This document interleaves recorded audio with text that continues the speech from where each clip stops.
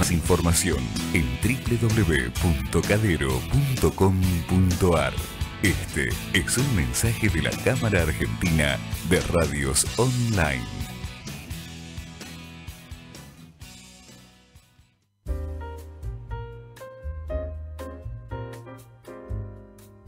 «50 mujeres del cine argentino». El libro de entrevistas de Julia Montesoro. El primer registro documental de las mujeres de la actividad audiovisual. 50 mujeres del cine argentino. Un lanzamiento de Ediciones del Empedrado. En todas las librerías o pedilo en delempedrado@gmail.com.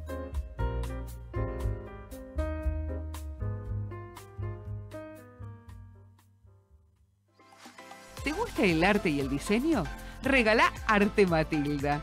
Visita la tienda online www.matilda.ar y conoce las artesanías, obras y diseños de Matilda. Seguila en las redes como Arte Matilda. GPS Audiovisual Radio. Todos los miércoles a las 19 horas, el protagonista es el cine argentino. En la mirada de Julia Montesoro. Un programa con perspectiva de género que nuclea la industria cinematográfica del país.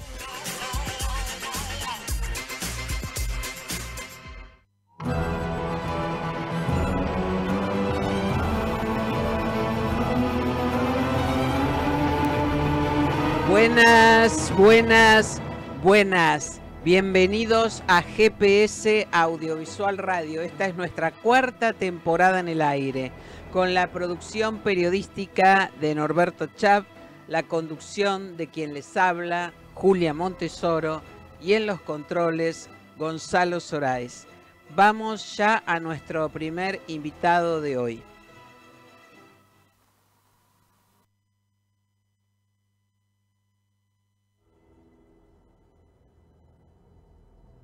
Estamos con el ministro de Cultura de la Ciudad de Buenos Aires, Enrique Avogadro, a cargo de un área que mantiene una activa participación con la producción audiovisual, tanto a través de sus festivales de cine como sus salas, sus programas e incluso acompañando también el desarrollo de proyectos audiovisuales. Hola Enrique, es un enorme placer que estés aquí acompañándonos en GPS Audiovisual Radio. ¿Cómo estás?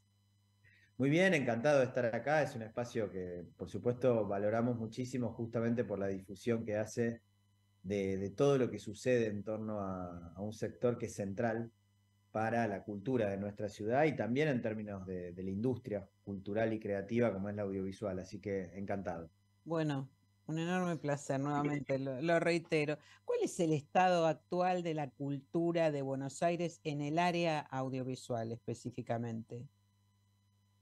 Bueno, hay un sector audiovisual, la verdad que siempre muy potente, que de alguna manera, si bien la pandemia lo afectó, fue probablemente el que menos afectó.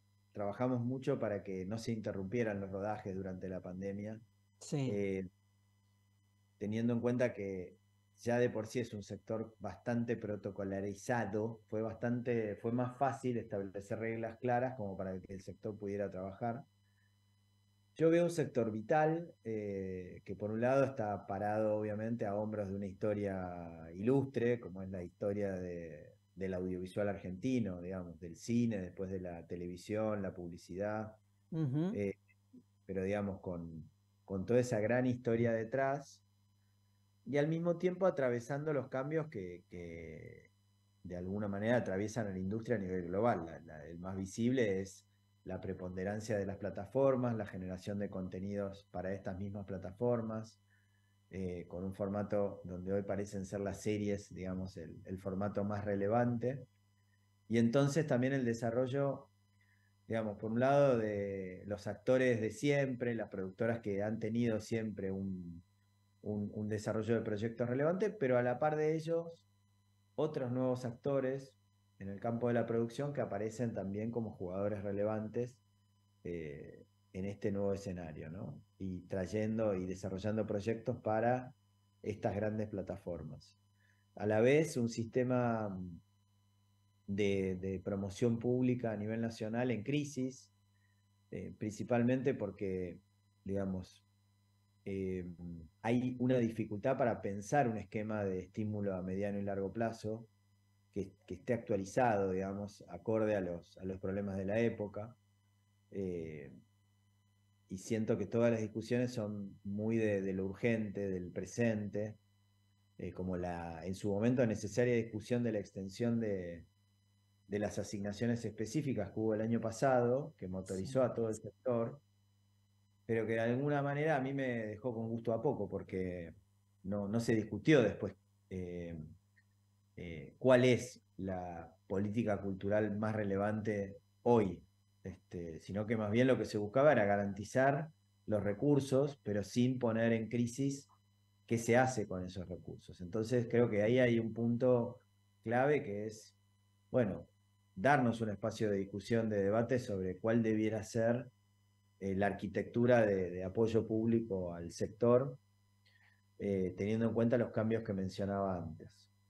Y después un mercado audiovisual, a mi juicio, no muy diversificado, todavía muy concentrado aquí en la ciudad de Buenos Aires, a pesar de que hay proyectos, por supuesto, interesantes en otros rincones del país, digamos, sobre todo a raíz de los proyectos educativos, digamos, que se han instalado, universidades, la expansión también de la ENERC, pero, digamos, creo que todavía ahí hay un camino por recorrer sin ninguna duda.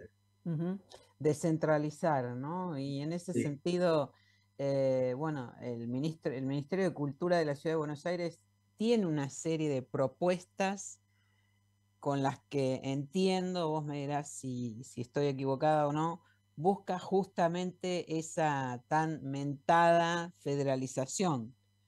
A pesar de tratarse de un área específica, una región específica como la Ciudad de Buenos Aires, ¿no? Total, y te diría, todo nuestro trabajo está orientado en ambas direcciones, tanto el valor cultural del audiovisual, por supuesto, por eso la tarea de difusión que hacemos, con programas como todos los ciclos de cine mecenazgo, mismo el apoyo que damos a través de mecenazgo a una gran cantidad de producciones que de otra manera quizás no se podrían desarrollar. Pero a la par de eso también una conciencia de la importancia de la industria audiovisual como gran generadora de trabajo de alto valor agregado y por lo tanto la necesidad de seguir promoviendo al sector a través de diferentes herramientas. La más novedosa fue el lanzamiento que hicimos junto a Horacio hace ya más de un año del programa Buenos Aires Producción Internacional, que después derivó ya en la convocatoria de proyectos, la selección de proyectos. Es todo un sistema, es el primer sistema de incentivos a la producción internacional que hay en la Argentina, y la verdad es que fue muy exitosa esa convocatoria, que incluyó una perspectiva federal porque si bien hay requisitos de un mínimo de jornadas de rodaje en la ciudad de Buenos Aires, digamos, y una inversión mínima en la ciudad de Buenos Aires, técnicamente se presentaron y se pudieron presentar productoras de toda la Argentina y proyectos que involucran no solo la ciudad, sino a toda la Argentina. Entonces, digo, eso tiene que ver con justamente esta mirada que tenemos. Le puedo agregar el Bafisi también como un artefacto cultural de primera magnitud que ya impacta en todo el país porque desde la pandemia el Bafisi lo podés ver en simultáneo a través de Vivamos Cultura, prácticamente todas las películas, no todas, pero la gran mayoría, de manera gratuita y desde todo el país.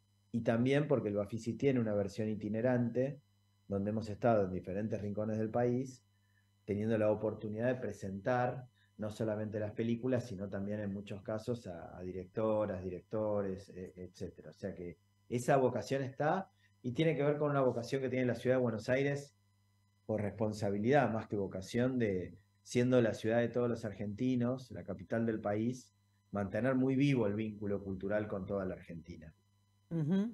Bueno, hoy justamente se dio a conocer el final de rodaje de Matar al Jockey, una coproducción de Luis Ortega que entre otros apoyos obtuvo el beneficio del cash rebate de Buenos Aires Film Commission. Sí, ¿Qué efectivamente. evaluación se hizo? Estabas adelantando algo hace un momento de esta primera convocatoria. ¿Qué grado de participación y de aceptación tuvo en la Mira, industria? la verdad que la aceptación fue muy buena porque nosotros, digo, tendemos a hacer, a planificar, digamos, ¿no? Y a anunciar las cosas con mucha antelación. Pasó mucho tiempo entre el anuncio y finalmente la apertura de la convocatoria. Avisamos, por supuesto, que iban a pasar varios meses entre el anuncio y la apertura de la convocatoria, porque le dedicamos todo ese tiempo a reunirnos de manera colectiva con todas las grandes productoras. Digo grandes porque por la envergadura de este incentivo solamente proyectos de medianos a grandes son los que pudieron aprovecharlo. Pero hicimos muchas reuniones previas para ajustar la herramienta, para que realmente sirviera y que sirviera además para generar contenido genuino, no reemplazar lo que ya estaba previsto en el pipeline que se fuera a hacer, sino que fuera una herramienta más para que, perdón, las productoras salieran a buscar coproducciones o eventualmente a ofrecer servicios de producción, pero ya contando con la herramienta. La experiencia fue muy positiva, tuvimos una gran cantidad de proyectos y hay proyectos, son todos muy relevantes, por supuesto con diferentes perfiles, digamos, ¿no? Ujú. Porque además de El Jockey, interesante película, bueno, Luis Ortega, obviamente un realizador siempre, digamos, muy particular en Sí, términos de su filmografía, pero también hay una película que está, digamos, protagonizada por Adrián Suar, que se llama Jaque Mate, la sí. productora Patagonic. No me acuerdo ahora cada una, si bien algunos de los proyectos, como el Jockey o Jaque Mate, fui a visitarlos en rodaje, tienen todos un socio internacional diferente y no recuerdo exactamente cuál es, pero Ujú, en general ujú. son Netflix, Prime, Disney y algunas de las otras, Paramount y algunas de las otras grandes plataformas que son, digamos, las que hoy están motorizando este segmento de la industria audiovisual. El Eternauta, ni hablar, digo, el Mm, proyecto más importante que ha hecho Netflix en Argentina. sí. Tuve la suerte el otro día, el lunes, de ir a visitar el rodaje. Un privilegio poder estar allí. Yo estoy todo el tiempo visitando rodajes porque también es una forma de aprender.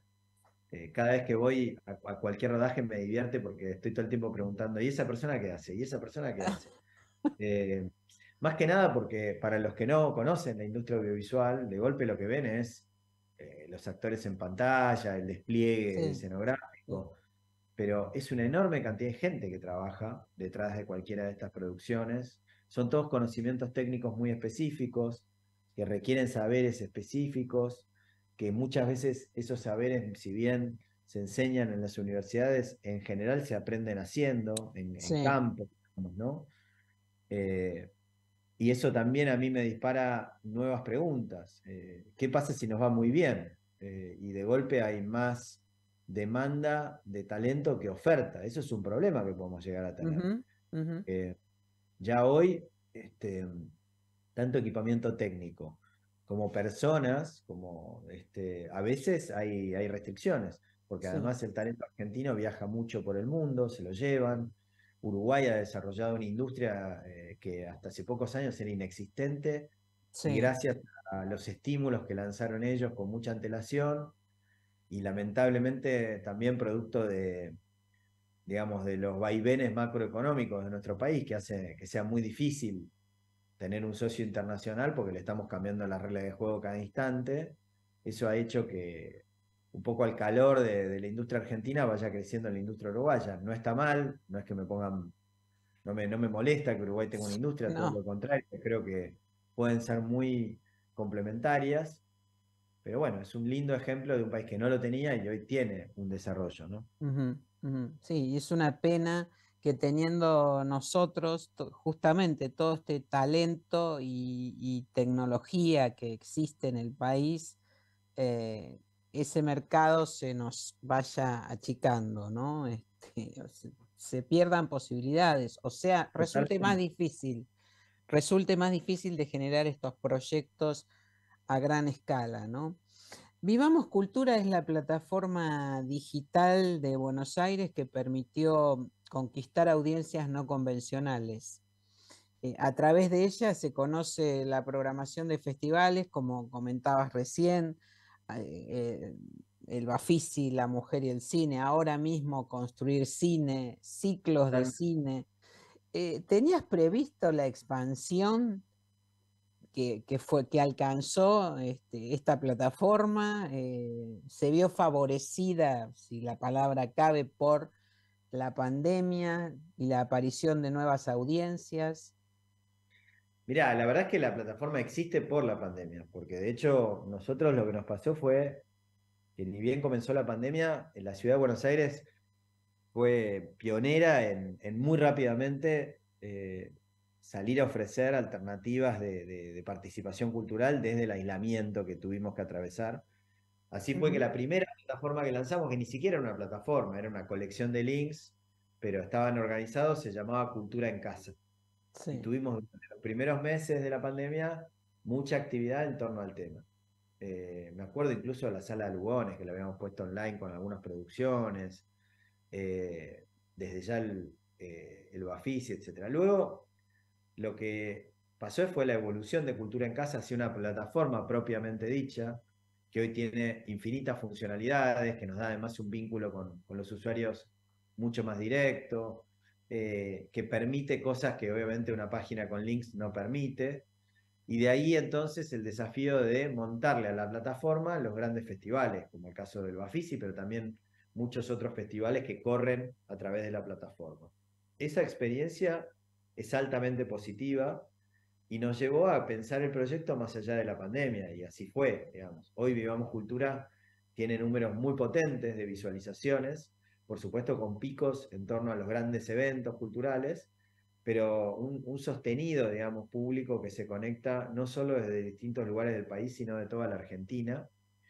Y bueno, uno no puede más que pensar de hacia dónde vamos con todo esto, porque realmente hoy, a través de Vivamos Cultura, hay un acceso a una enorme cantidad de contenidos de distintas disciplinas artísticas Sí. que uno puede buscar con diferentes criterios y de altísima calidad. Entonces, eh, esto era algo que por ahí estaba disponible porque la tecnología tampoco es tan novedosa previo a la pandemia, pero la pandemia aceleró sin ninguna duda el desarrollo de este tipo de proyectos y hoy creo que va a seguir creciendo y desarrollándose, sin ninguna duda, porque hay mucha gente que se acostumbró a de alguna manera vincularse a estos contenidos de manera remota. Permite también hasta la aparición de nuevos contenidos que ya son pensados especialmente para estos formatos. Bueno, en La Mujer y el Cine había un concurso justamente de cine minuto, que me pareció muy Sí. interesante por el hecho de plantear un desafío, una restricción temporal que, bueno, obliga a un despliegue de creatividad obviamente notable para poder en un solo minuto contar una historia que sea interesante. Sí, y fue realmente muy interesante todo lo que apareció allí, entre esos video minutos, hechos con teléfonos celulares, por otra parte, que es otra forma de acceder, de realizar, producir contenidos. Cosas muy interesantes realmente. Ahora, otra pata importante del Ministerio de Cultura, del Gobierno de la Ciudad de Buenos Aires, es el ciclo de cine de mecenazgo, que nació, entre otras cosas, para generar más espacios de exhibición de películas nacionales.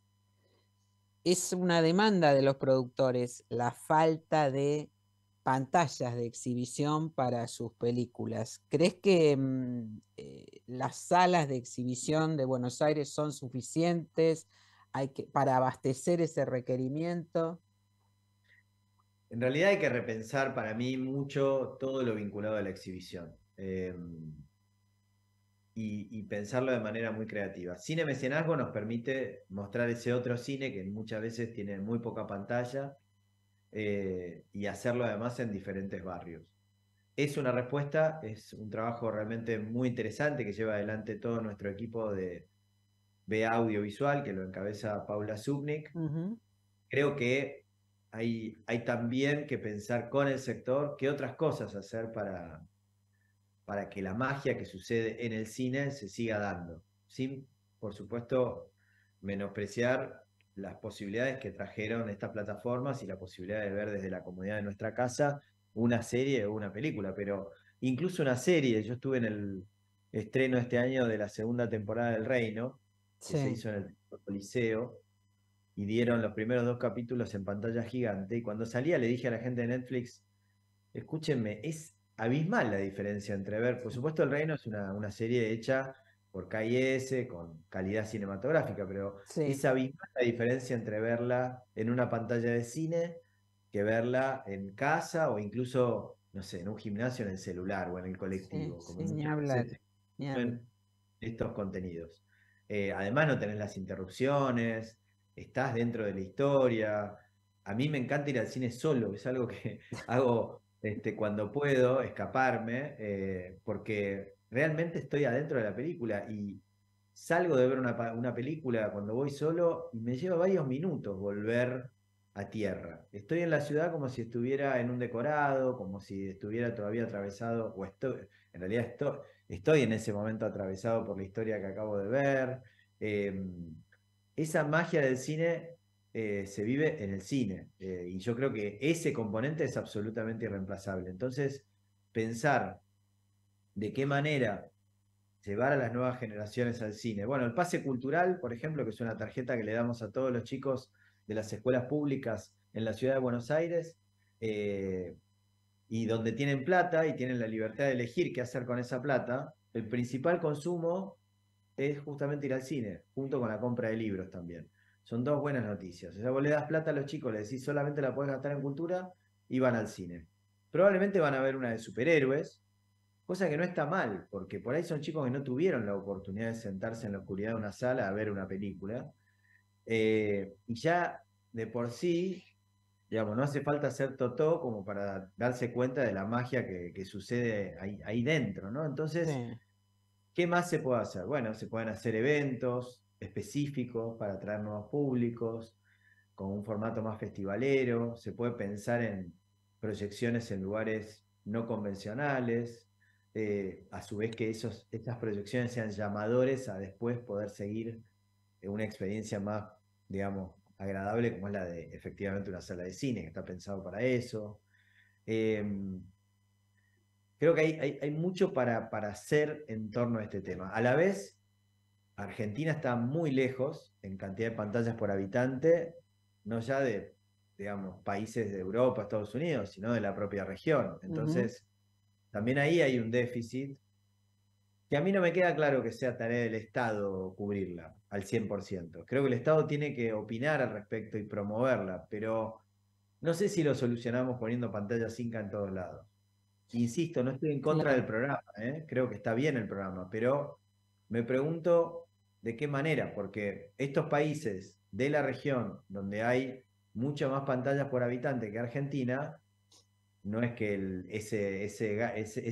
digamos, esa distancia no la están cubriendo con pantallas públicas, ¿no? Ujú, Eh, de vuelta, no es un comentario en contra del programa, que a mí me parece muy loable. Yo estuve vinculado en el tiempo que estuve durante 1 año y medio como viceministro de Cultura de la Nación, estuve muy familiarizado, me tocó inaugurar alguna sala Inca, alguna escuela de la ENERC en algún lugar del país, pero a lo que voy es, me da la sensación que cosas que no funcionan no es que debieran dejar de hacerse, pero al menos debieran tener un proceso de reflexión en torno a ellas, como para decir, bueno, che, esto fue una buena idea, ¿cuáles eran los objetivos? ¿Se cumplieron o no? Bueno, repensémoslo entonces. ujú, ujú. Eh, y eso no implica que vos no puedas tener cines.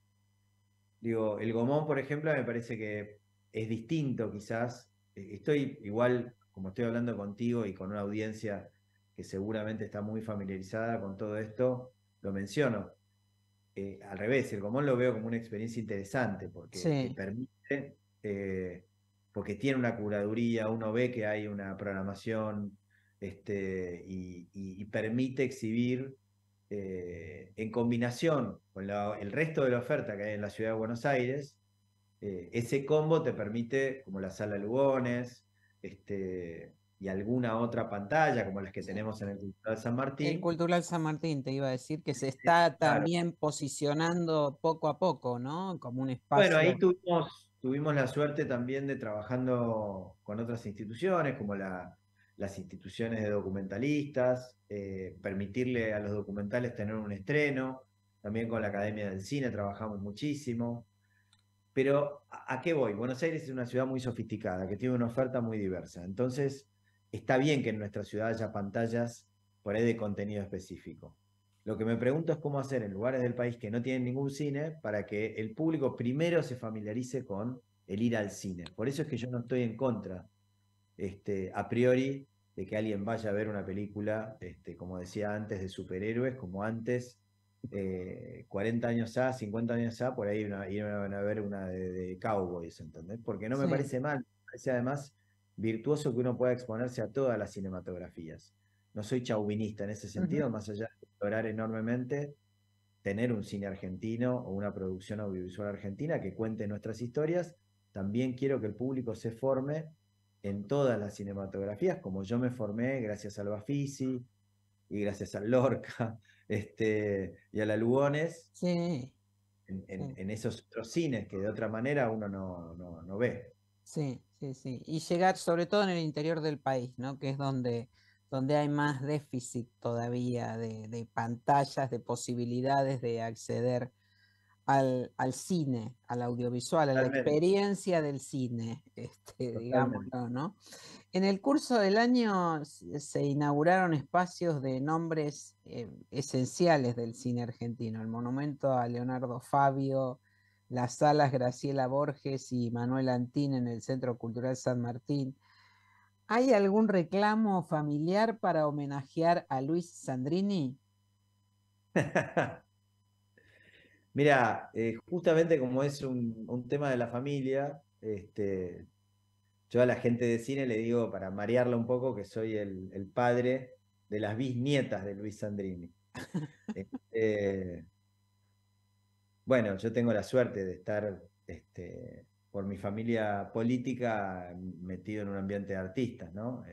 Carla, mi mujer, es actriz, es música, muy Sí, destacada en ambos aspectos, y es a la vez nieta de Luis, su madre Sandra, destacadísima actriz también, ahora además con una serie de papeles muy interesantes en esta etapa de su vida, pero además hija de Luis, y ambas, digamos, nieta e hija, no solo de Luis, sino también de Malvina Pastorino, ¿no? Otra ujú, actriz importantísima de nuestro Star System local, digamos, ¿no?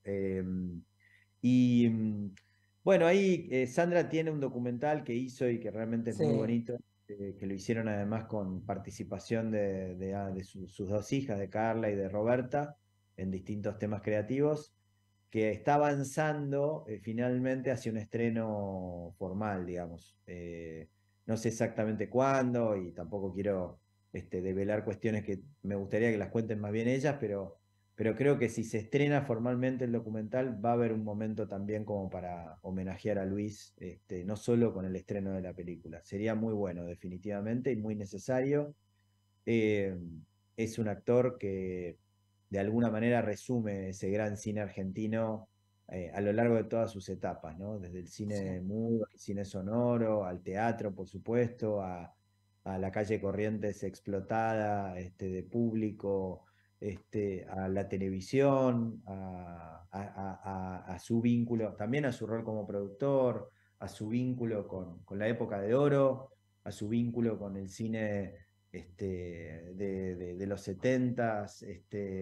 O sea, realmente tuvo una carrera tan larga y tan fructífera que hay mucho para seguir hablando al respecto, desmenuzándolo. Fue un ídolo popular de una escala que hoy nos cuesta de alguna manera entender, sí. justamente porque es una época diferente y que seguramente no solo hizo feliz a mucha gente, sino que además fue inspiración seguramente para muchos otros artistas.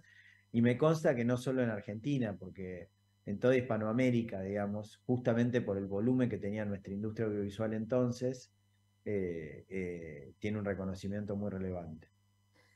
Enrique Abogadro, ministro de Cultura de la Ciudad de Buenos Aires, muchísimas gracias por acompañarnos y por brindarnos esta perspectiva de la actividad audiovisual de la ciudad y de la Argentina. Muchísimas gracias. Muchas gracias, Julia, un placer y bueno, felicitaciones también por el programa que realmente hace un trabajo fundamental. Muchísimas gracias. Seguimos en GPS Audiovisual Radio. Agustina Gatto fue la gran protagonista del Festival La Mujer y el Cine, que otorgó sus premios el domingo 13.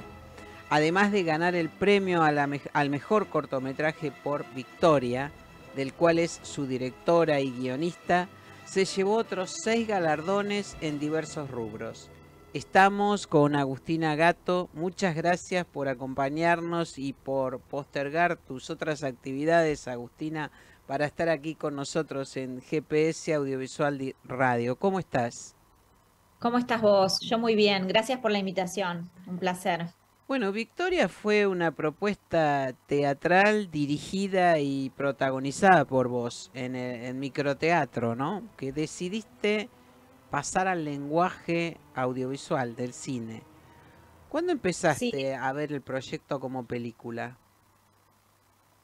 Bueno, como bien decís, surgió en microteatro en el año 2018 y luego de eso hubo un festival que se llama Vicente López en Escena, que es muy interesante, lo gestiona Silvia Gómez Justo y me invitó a participar con la obra en una oficina real. O sea, hicimos la obra que sucede en una oficina real y la gente se ponía alrededor de los escritorios, el público, digamos, y miraba desde ahí. Y como actriz sentí algo demasiado potente, se me volvió muy real todo lo que estaba sucediendo y fue ahí el clic, dije esto tiene que ser un cortometraje y ahí empecé a escribir la versión audiovisual, el guión. Ahora, bueno, una oficina, 2 compañeros de trabajo, una tocada de culo, ¿fue un abuso o no fue tan grave? Esa era la consigna promocional, ¿no?, de la obra teatral. ¿Mantuviste esa premisa en el cortometraje o le diste otro giro?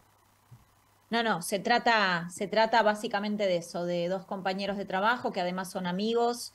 Ella es la madrina de su hija, son amigos hace 20 años.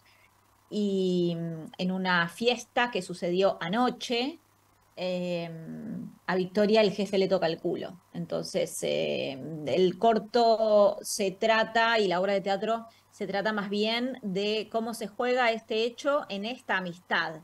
Lo que yo decidí es no hacer una historia sobre Victoria y su acosador, es decir, no tener ese agón, ese enfrentamiento, sino jugarlo más en lo que una persona que es víctima de algo así necesita en ese momento, ¿no? El abrazo que necesita.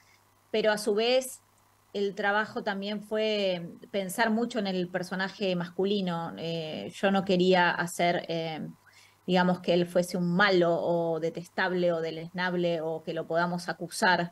Entonces, sí, lo que él expone es que él tiene un trabajo allí en esa oficina desde hace 20 años, que justo ahora lo ascendieron, que si pierde ese trabajo no sabe si va a poder mantener a esa familia y que ir a recursos humanos con ella a denunciar este hecho, lo expone, digamos, frente a las autoridades y que le da miedo, ¿no? Que le da miedo. Entonces, hasta ahí vamos a contar para no contarlo todo, pero básicamente sobre eso gira el conflicto, sobre una mujer que necesita denunciar un acoso y un amigo que tiene miedo de hacer eso. ¿Y cómo definís, Victoria, el cortometraje? ¿Qué es para vos Sí, eso, ¿qué es para vos? ¿Qué significa para vos Victoria? Bueno, significa muchísimo. Yo Victoria lo escribí en el 2018, que fue el año en el que la actriz Thelma Fardín salió a decir que había sido abusada y al margen de la veracidad o no del hecho, de quién le cree y quién no le cree, al margen de todo eso, que no quiero entrar ahí, puedo dar mi opinión personal sin problema, pero no es eso lo que quiero señalar. Lo que quiero señalar es que eso que ella se animó a hacer puso en juego la intimidad de un montón de mujeres que salieron a decir Me Too, ¿no? Que salieron a decir yo también. En Estados Unidos el Me Too fue un año antes, probablemente ese movimiento también la haya impulsado a ella, le haya dado fuerzas para salir a decir lo que dijo. Y entonces me quedo aún más con la repercusión, con la oleada de llantos que al menos que yo vi. Me acuerdo que yo estaba ensayando una obra, estaba dirigiendo una obra y en un ensayo no pudimos ensayar porque estábamos llorando. Entonces, evidentemente, Victoria es posible gracias a la época que estamos viviendo, que agradezco estar viviendo, que por un lado es dolorosa, pero se siente que las mordazas se caen, que las mujeres podemos empezar a hablar. Yo lo que diría en relación a Victoria es esto de fue grave o no fue grave una tocada de culo, ¿no? Bueno, puede que para algunas mujeres no sea grave y estaría bien, pero puede que otras hayan sufrido cosas anteriormente. Entonces, hay que pensar en que los cuerpos de las mujeres, muchos de ellos, no están libres de abusos o de acosos anteriores. Y entonces uno no sabe lo que puede como desatar, ¿no? Si hace alguna broma pesada o si comete algún acoso. En este caso fue un acoso porque a ella le toca el culo a su jefe, es un horror, ¿no? Sí, sí. Violencia laboral. Sí, violencia laboral absoluta. Bueno, entonces para mí es el recuerdo de ese año que es muy doloroso, pero también muy liberador. Es lo primero que yo pude decir acerca de ese tema. Me acuerdo que escribirla me costaba, estaba con miedo, como si no tuviera derecho a hablar de eso. Y bueno, también me enfrentaba a cosas personales que viví. Así que cuando lo vi en el cine, cuando lo vi realizado, cuando recibí los premios en La Mujer y el Cine, encima recibir los premios en La Mujer y el Cine Claro. con este corto fue demasiado emocionante. Había mujeres muy emocionadas, abrazos muy, muy honestos, muy hondos y muy sinceros, y realmente agradecí ese espacio nuestro de comunión. Siento que necesitamos las mujeres un espacio como el Festival de la Mujer y el Cine. ¿Y te que no animó, sé si y qué te animó a postularte justamente en La Mujer y el Cine? Bueno, en realidad cuando uno filma un cortometraje lo que hace es hacerlo circular en festivales, ¿no? Es casi que se hace para eso, para exhibirlo en festivales, porque no es un material que una plataforma, ¿no? se muere por tener o que es fácil colocar en una pantalla de cine. Sí. Entonces, lo principal es que se pueda ver en festivales y que circule. Y yo le dije especialmente al distribuidor, che, La Mujer y el Cine, por favor, no te olvides de presentarlo porque es un festival en el que participé el año pasado con otro cortito, mucho menos pretencioso, más humilde. Ahí está ladrando mi perra. Y nada, y me había encantado lo que había visto. Me pareció espectacular que sean todas mujeres, la cantidad de mujeres que había, ¿no? Sí. Me parece que es obvio que van a surgir este tipo de temáticas desde ya. Ahora, el corto, este reconocimiento, ¿es el comienzo de un camino hacia el largometraje? ¿O aquí se cierra el ciclo y pasarás a otro tema como realizadora? Bueno, sabés que, Julia, estás tocando una duda, porque si vos viste el corto, cuando termina y mucha gente me dice, y como si faltara, o como si fuera posible una parte 2, ¿no? Yo creo que no le falta nada. A su vez siento que está tan redondo, la verdad que salió muy bien por diversos factores. Es un producto que salió muy bien, una peli que salió muy bien. Me da miedo tocarlo, es como que digo, a ver si lo continúo y, como se dice en criollo, la acabo, ¿no? Pero es una inquietud que tengo si hacer el largo, la verdad que sí. O pasar a otras pelis que tengo en carpeta. Bueno, esperemos entonces. Agustina Gatto, directora y guionista de Victoria, compartimos tu felicidad, te felicitamos también por este reconocimiento a ese muy buen corto. Y nuevamente gracias por tu participación aquí en GPS Audiovisual Radio. Te mando un beso. Gracias, Julia. Un abrazo grande. Adiós. Seguimos adelante. ¿Algo que le puede identificar que es antropólogo? La verdad que en este momento no lo corto ahí con...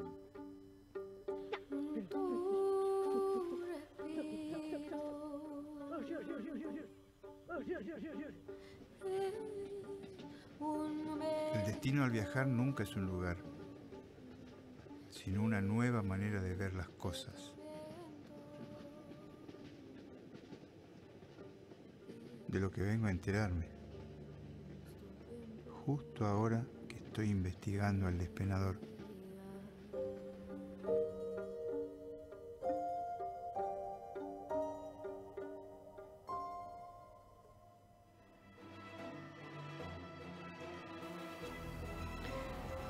Guara Calpanchay es música, violinista y actriz. Hace 10 años, cuando tenía 8, se trasladó desde la localidad de Susques a la ciudad de San Salvador de Jujuy para estudiar artes. Guara participó en El Despenador, la ficción de Miguel Coan, rodada en Jujuy. Y Miguel Coan en este momento nos acompaña aquí en los estudios de GPS Audiovisual Radio para, bueno, hablar de esta alianza también con Guara Calpanchay. ¿Cómo estás, Miguel? Buenas tardes. Estás muteado en principio. No te estoy escuchando. Ahí va, toma 2. Bueno, volvemos. Entonces, ¿cómo estás? Bien, muy bien. Un placer estar de nuevo conversando acá con vos y sobre El Despenador. Que bueno, que ahora se acaba ya de estrenar. Sí. Y muy contento con el estreno. ¿Cómo fue cómo llegaste a Guara? ¿Cómo fue esa relación con ella para, bueno, darle este papel en El Despenador? Bueno, lo de Guara fue muy especial porque yo la verdad que cuando inicialmente pensé el proyecto, imaginé, bueno, uno siempre imagina los personajes, el perfil, más allá de que después uno tenga que ahondar en las descripciones. Pero yo tenía una imagen muy certera de su physique du rôle, de su color de pelo, en fin. Es más, tengo una foto de referencia que es casi igual. Ajá. Es igual. Y bueno, entonces cuando hicimos el casting de la película, que fue, yo lo llamo milagroso, así como la primera persona que apareció en el casting en relación al protagonista, al Raimundo, al antropólogo, fue Rubén, y fue muy bienvenido que sea el primero. Con Guara pasó algo similar, porque una de las condiciones que yo tenía para el casting y para el personaje de Guara era que sea alguien del norte que esté muy familiarizado con la hacienda, con los animales. Y me habían dicho que, bueno, que colegas y gente que trabajaba en el norte, que era muy difícil que alguien que esté muy familiarizado con los animales y con la hacienda esté dispuesto a estar frente a una cámara o sostenga la mirada en la cámara, ¿no? Uh-huh. Entonces, bueno, la primera persona que vino al casting fue Guara, y cuando en un momento le pregunté qué hacía los fines de semana, me dijo que, bueno, que solía estar con la hacienda, etcétera, etcétera. Y luego de haber tenido una performance en el casting excelente, y bueno, la verdad que yo no lo podía creer, ¿no? Que sean las dos primeras personas en cada rol estuviese ya definido ahí mismo, ¿no? Así que bueno, fue muy bienvenido, muy bienvenida, muy bienvenido la situación, me quiero referir, muy bienvenida. Y bueno, inmediatamente hubo muy buena conexión con ella y con la familia. Después a la tarde conocí al papá, que también vino al casting, y también conectamos muy rápidamente.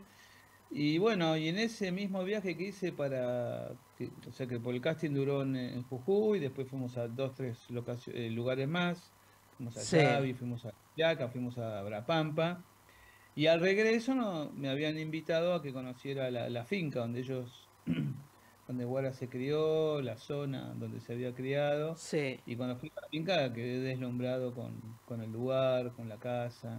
Es en las afueras de Susques, ¿no? Ajá. Así Bueno, que estamos justamente en conexión con Guara, que imagino que está en Jujuy. sí. La pregunta entonces es para ella. Bienvenida, Guara, primero, aquí a GPS Audiovisual Radio. Muchas gracias por este contacto. Y me gustaría que cuentes cuál fue tu experiencia, qué pasó cuando te integraste al proyecto. Miguel recién estaba contando esto de que fuiste directamente la primera elegida en el casting, ¿no? ¿Qué pasó con vos? Hola, ¿me escuchan? Sí, te estamos escuchando. Bueno, yo creo que el despenador me cambió la vida en muchos sentidos. Uno, como adquiriendo una nueva experiencia. Yo antes de trabajar en el despenador había participado de algunos cortometrajes, pero no tenía mucha experiencia con un equipo de rodaje eh, como el que tuvimos. Entonces era primero el asombro, ¿no? Yo en ese momento era más chica, ahora tengo 18, y también como vivir una experiencia donde yo cuando era pequeña, si bien nunca había visto las cámaras, ni los micrófonos, ni el Ajá. guión, me imaginaba cómo podría ser, y después, bueno, gracias al despenador fue que lo vi ahí en vivo. Y yo creo que también después de terminar de grabar El Despenador, me quedo como por mucho tiempo, o sea, distintas experiencias, y es como que sentir que El Despenador está vivo en uno, ¿no? Y estar más atenta a cosas que yo antes por ahí no le daba tanta atención, o le encontré respuestas después de que se filmó El Despenador. Ahora, ¿esta participación en El Despenador despertó tu vocación de actriz? Y sí, yo creo que, me acuerdo cuando era 8 años comencé por primera vez em, en un cortometraje que se llamaba Caterina y el Sol, donde era yo un personaje secundario. Ya me imaginaba que era la actuación, pero obviamente que el papel con el que tuvimos al final también como que me enseñó mucho a primero tratar de memorizarse cosas, otras cosas como también soltarse un poco más en cámara, y creo que Ujú. eso es lo que ahora actualmente sí me encanta, y me encantaría seguir trabajando de esto, y por suerte gracias a este proyecto se fueron abriendo otras puertas que obviamente estoy muy agradecida, y también es como un punto más, una nota más en el cuaderno. Claro. Ahora, ¿fue de alguna manera una conexión con tus raíces, Guara, participar en El Despenador? Sí, yo algunas veces hablo con otros chicos de las comunidades sobre lo que pasa, ¿no? Al salir por ahí de las ciudades. Bueno, yo no estoy tan lejos de Susques, pero yo creo que estas posibilidades, estos tipos de actuaciones, o cantar o bailar, siendo una chica de una comunidad indígena, no solamente representa un logro personal, sino colectivo, porque cuando yo era más pequeña no veía muchos chicos como yo representados en el cine. Y ahora lo hay, y sé que otras chicas tienen una capacidad enorme de la actuación, del canto, del baile, y están también en las comunidades. Hay en Susques repleto de artistas, y que yo creo que esto también nos da como el apoyo, ¿no? De decir, bueno, si yo pude, alguien más puede, y mucho mejor. Y bueno, eso también, abrirle obviamente a otros directores, directoras, que se animen a conocer a otras personas también de las comunidades, y bueno, por ahí salen otras experiencias lindas también como El Despenador. Tu papá, René, trabaja como activista ambiental y en contra del racismo hacia niños y jóvenes de las comunidades del norte del país. Trabajar como... Esa, Sí. en realidad es un poco el trabajo que hago yo. Mi papá es Ah, ex activista bueno, en realidad sigue siendo, ¿no? Pero trabajó siempre toda su vida por los derechos y sobre todo por las tierras de las comunidades originarias acá en el norte de Argentina. Y actualmente, bueno, también trabaja en una empresa de turismo donde yo también formo parte, pero sí, a mí en mi rol de hija y en mi rol de joven, de niña, decidí tomar ese lado, esa postura de ser como activista, pero sobre todo dar esta conciencia y llamar la atención que hay niños que actualmente siguen sufriendo a pesar de que estamos en el 2021. 2023, 2023. muchísimo racismo, muchísima violencia y que por ahí se nos tapa. A mí me habrán dicho fue bullying, pero no era solamente bullying. Y bueno, sí, obviamente que mi papá tuvo mucho que ver también con que yo tenga esta postura actualmente y muchas otras personas más. Bueno, y este descubrimiento que ha hecho Miguel Coan aquí con este personaje que te ha dado en El Despenador y que realmente es un muy buen papel para el cine argentino. Recordemos que El Despenador es una producción de Vertiente Cine y Dida Films con el apoyo de la Comisión de Filmaciones de Jujuy, que trata sobre Raimundo, un antropólogo que investiga al despenador, un personaje andino cuyo oficio es terminar con la vida de las personas enfermas que no se mueren, utilizando la técnica de un abrazo certero y evitando así contagiar la muerte por aliento, una creencia arraigada en una zona de la Puna de Jujuy.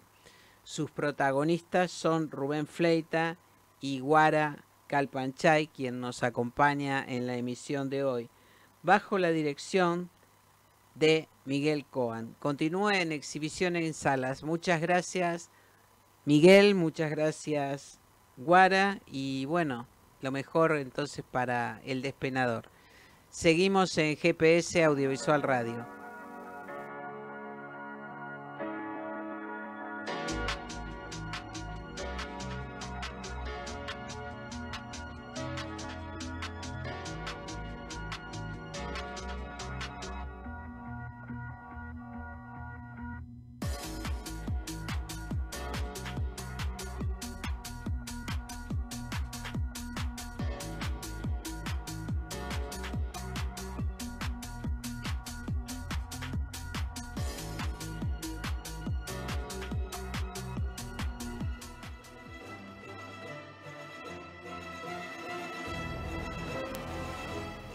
Tenemos noticias. Ya está disponible en plataformas Directoras, Mujeres en Acción, el ciclo de entrevistas temático de la tercera temporada de podcast de GPS Audiovisual, con entrevistas a cargo de quien les habla, Julia Montesoro.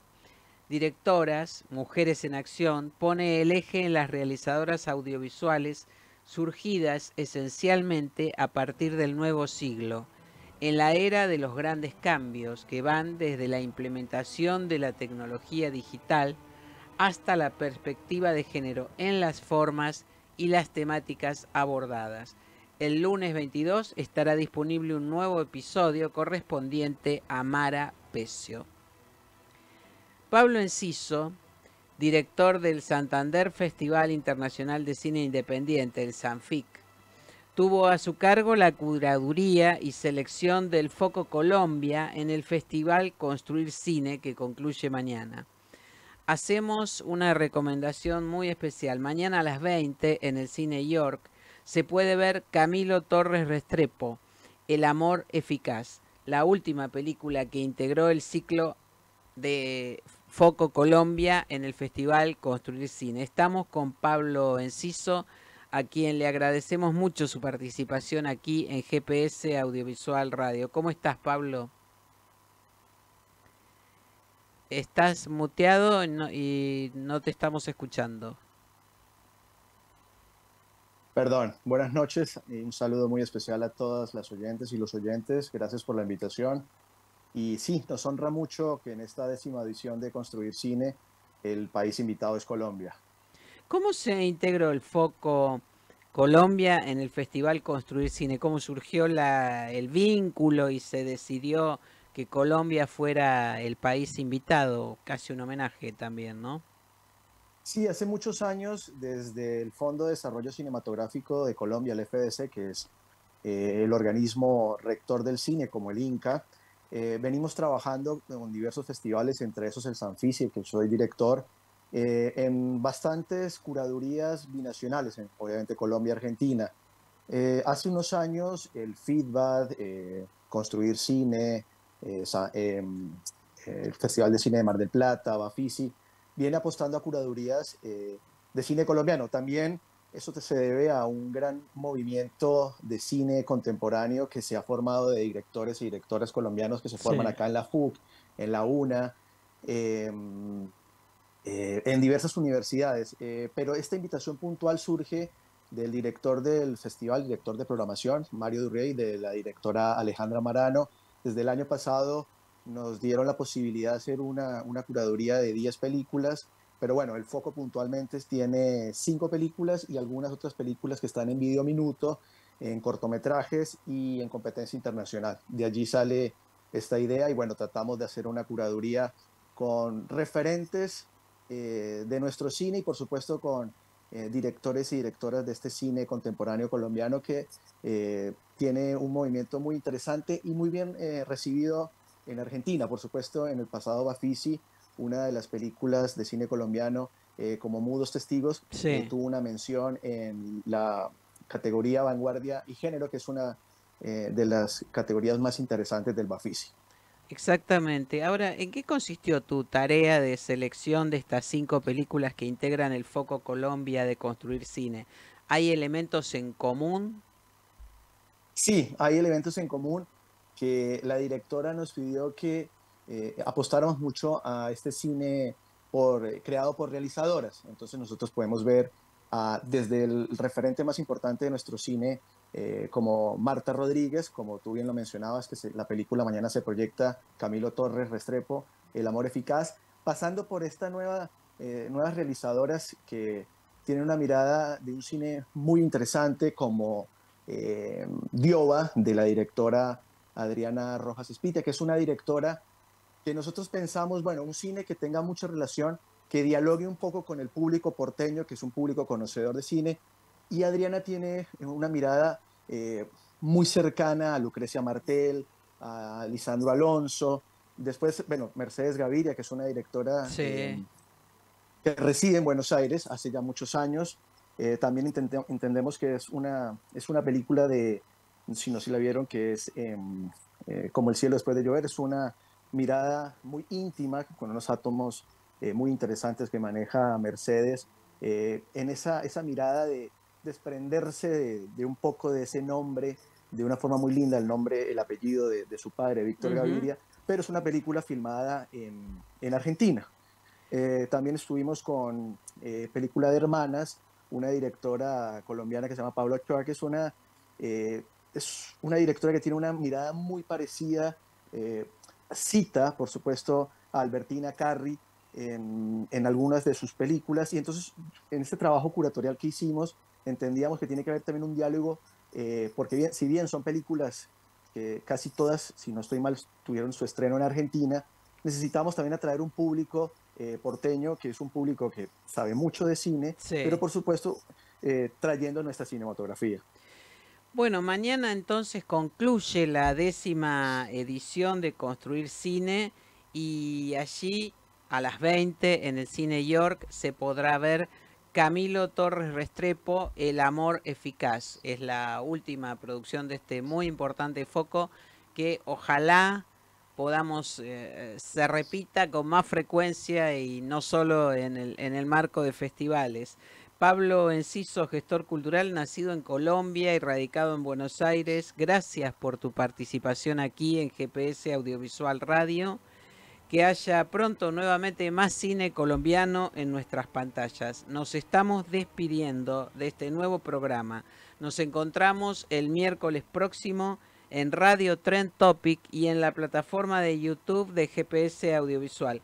Gracias por acompañarnos y ya saben, como decimos siempre, vean cine argentino. Hasta la semana que viene.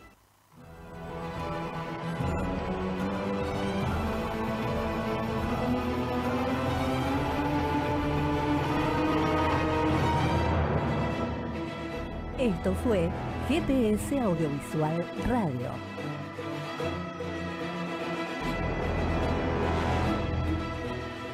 Los esperamos el próximo miércoles a las 19 horas por Radio Trento.